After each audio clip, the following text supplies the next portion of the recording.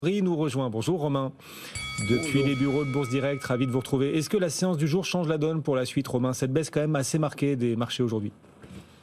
Non, il y a pas de changement majeur avec cette baisse-là. C'est plutôt la traduction de l'optimisme, l'excès d'optimisme qu'on lisait depuis la fin de l'année 2023 sur les marchés, avec un premier palier de baisse et puis un deuxième très technique. On avait évoqué en début de semaine des cibles graphiques et un peu de pression baissière sur l'Eurostoxx avec une préférence baissière. Le scénario se passe de façon vraiment précise et technique. Donc, c'est aussi une semaine qui est technique puisque c'est l'échéance des marchés dérivés du mois de janvier qui aura lieu vendredi. Donc, des petits arbitrages qui ont lieu et des accélérations sous des niveaux et sous des supports liés aussi à ce phénomène-là. Il n'y a pas de volumes qui sont extrêmement forts et surtout beaucoup d'attentes, une situation d'attente en amont de la saison des publications trimestrielles des entreprises parce qu'on n'a pas eu beaucoup d'éléments en dehors des bancaires aux États-Unis. Donc pour l'instant, c'est plutôt ça qu'on lit. Du côté des indices, justement, on le dit, c'est compliqué aujourd'hui, que ce soit en Europe ou aux États-Unis. Et du côté des niveaux techniques, quels sont les prochains seuils? Quel est le seuil sur lequel vous estimez que le CAC 40 pourra parvenir à construire un rebond?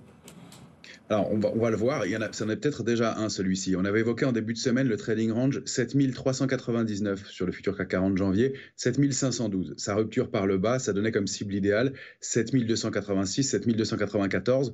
On a fait un plus bas à 7283 en séance. Donc, c'était encore une fois un mouvement très technique. Ça peut être un premier niveau. On a rompu en passant sous 7399 l'alerte de court terme sur le CAC 40. Maintenant, on est entre deux eaux. Le niveau suivant, c'est la zone 7000. C'est autour de 7173, pardon, 7198. Donc ça pourrait être le risque d'accélération. Pour une fois qu'on vous entend hésiter, Romain, allez-y. Pardon, là, je sais que c'était 7198, mais il y avait une extension à 7173. Mais vous voyez, c'est vraiment précis. On s'est vraiment arrêté à 2 points près sur le chiffre qu'on avait donné déjà ensemble lundi. Donc c'est un marché qui est construit, qui est un mouvement de consolidation. On ne peut pas espérer mieux que des consolidations aussi propres, aussi pour l'instant canalisées. Alors on va voir, c'est la saison des publications qui va changer les choses. Sur le S&P ou sur la Nasdaq, on est dans des grands trading ranges. Si on regarde le S&P, c'est 4697 en bas, 4792 en haut. Si on sort de cette zone-là, on peut accélérer pour une taille équivalente. Le Nasdaq, c'est pareil, c'est 16 360 en bas, 16 900 en haut. Et c'est la sortie de ce trading range-là qui nous donnera la suite du mouvement. Donc, tant qu'on est entre des bornes qu'on vient d'indiquer, soit sur le CAC 40, soit sur les indices américains, c'est plutôt une consolidation, une latéralisation. Il n'y a pas de danger. Un événement à Wall Street. Nvidia recule. Ah oui, ça lui arrive aussi à Nvidia. Le titre perd 1,3%. Nvidia qui venait d'enchaîner 7 hausses en 8 séances. Et aujourd'hui, Nvidia recule. Ça reste un humain. Enfin, c'est pas un humain, c'est un titre. Mais enfin, il lui arrive quand même parfois aussi de consolider, de respirer. Je dis. On parlait aussi, Romain, il y a quelques jours du potentiel de l'Inde. Comment on peut investir sur ce marché ? On a un bon moyen de le faire par un panier de valeurs. Ça permet, quand on connaît effectivement pas le détail des valeurs d'une zone géographique, de s'y exposer en diversifiant.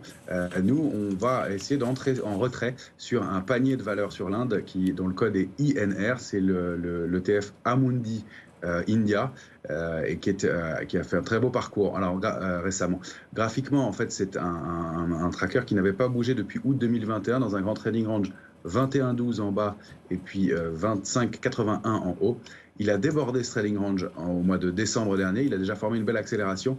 On aimerait bien qu'il retrace un petit peu, par exemple sur des niveaux autour de 26,60. On n'en est plus très loin pour l'acheter effectivement et cibler une résistance qui est située à 30,18, donc un potentiel d'une douzaine de pourcents de hausse encore. Et comme ça, avec un risque qui est assez diversifié sur une zone géographique qui est très forte et qui surperforme très nettement l'indice CAC 40, par exemple, en ce moment. Merci beaucoup. Romain Daubry avec nous depuis Bourse Direct. On vous rappellera à la clôture des marchés tout à l'heure, Romain, les marchés qui font vraiment grise mine aujourd'hui en Europe, moins 1,2% le CAC 40, à Wall Street aussi, notamment le Nasdaq qui signe la plus forte baisse des 3 indices. Notez sur le Nasdaq les valeurs crypto qui n'arrivent toujours pas à rebondir. Une semaine après le feu vert donné aux ETF Bitcoin par la SEC, on a une nouvelle baisse aujourd'hui. Coinbase perd plus d'1%, MicroStrategy perd 0,4% supplémentaire à l'instant même. Julie. Il est 16h38, c'est l'heure de quoi ? C'est l'heure de la question du jour. Vous le savez désormais, tous les jours sur les réseaux sociaux, aux alentours de midi, on vous challenge, on vous pose une question. Ouais, et la question du jour, justement, elle fait référence à cette conférence de presse hier soir d'Emmanuel Macron. Emmanuel Macron veut réarmer la France, la réarmer civiquement et économiquement. Et nous, on veut réarmer vos portefeuilles. En tout cas, on vous a demandé ce que vous en pensez, investisseurs. Comment allez-vous réarmer vos portefeuilles ? Grâce à quelle valeur ? Est-ce que vous allez tabler principalement sur les valeurs françaises ? Est-ce que, forcément, réarmement oblige, vous vous concentrerez sur la défense ? Est-ce que vous misez plutôt sur l'intelligence artificielle ou pourquoi pas sur les valeurs industrielles? Et ben, ce que je peux vous dire, c'est que c'est très partagé à l'heure où on se parle. Jean-Louis, comment est-ce que vous allez réarmer vos portefeuilles, vous? Pas évident, pas évident. Alors j'aurais tendance à dire les valeurs françaises d'un côté et l'IA de l'autre. Alors pourquoi les valeurs françaises, le CAC 40 a fait 16,5% en 2023, donc c'est plutôt pas mal. La France se tient quand même un peu mieux économiquement que l'Allemagne, ça peut peut-être nous aider, surtout si les taux baissent dans les mois à venir. Et l'IA, il y a peut-être encore de la marge, même si ça a explosé. Et ben, tous les jours, on découvre de nouvelles possibilités d'appliquer l'IA, que ce soit dans l'industrie ou dans les services ou même dans la recherche. Donc c'est assez impressionnant quand même. On voit pas le bout, en tout cas pour l'instant. Défense, je trouve quand même que ça stagne plutôt. Si on regarde une entreprise comme Thales, en fait depuis avril dernier, c'est plutôt flat. C'est des valeurs qui avaient beaucoup profité forcément de la guerre en Ukraine, etc., de toutes les tensions internationales. Là, c'est un petit peu moins le cas.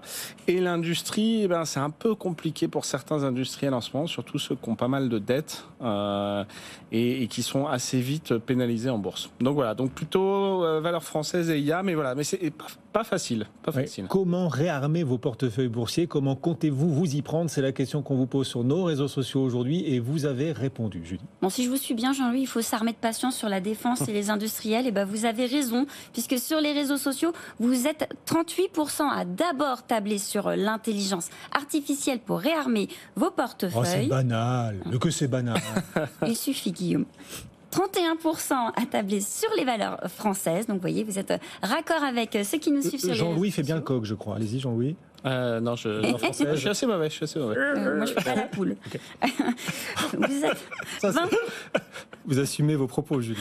20% à tabler sur les valeurs industrielles et 11% seulement à miser sur la défense. Voilà, cette question qu'on vous pose tous les jours sur nos réseaux sociaux, n'hésitez pas à y répondre. Et surtout, en commentaire, nous laissez vos arguments sur lesquels on tente chaque après-midi aussi de rebondir. Jean-Louis, sur notre site BFM Bourse, on a repéré cet article, il est vraiment intéressant.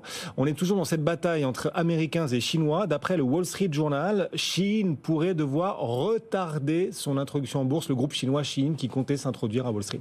Oui, ça c'est les informations du Wall Street Journal. Il y a une enquête qui vient d'être ouverte par le tout-puissant régulateur chinois de la cybersécurité, du web en général. On est un petit peu dubitatif quand on regarde les raisons qui sont évoquées. Il y aurait des problèmes de gestion des données du géant de la fast fashion. Alors ça concernerait soit les clients, soit les employés, soit les fournisseurs. C'est pas très très clair. Et le régulateur chinois du web cherche à savoir si ça ne fuite pas aussi à l'étranger et s'ils s'introduisent en bourse à Wall Street, est-ce qu'il n'y aura pas d'échange de données un peu trop du côté des États-Unis. Donc on le rappelle. Ça va quoi, on n'est pas dans les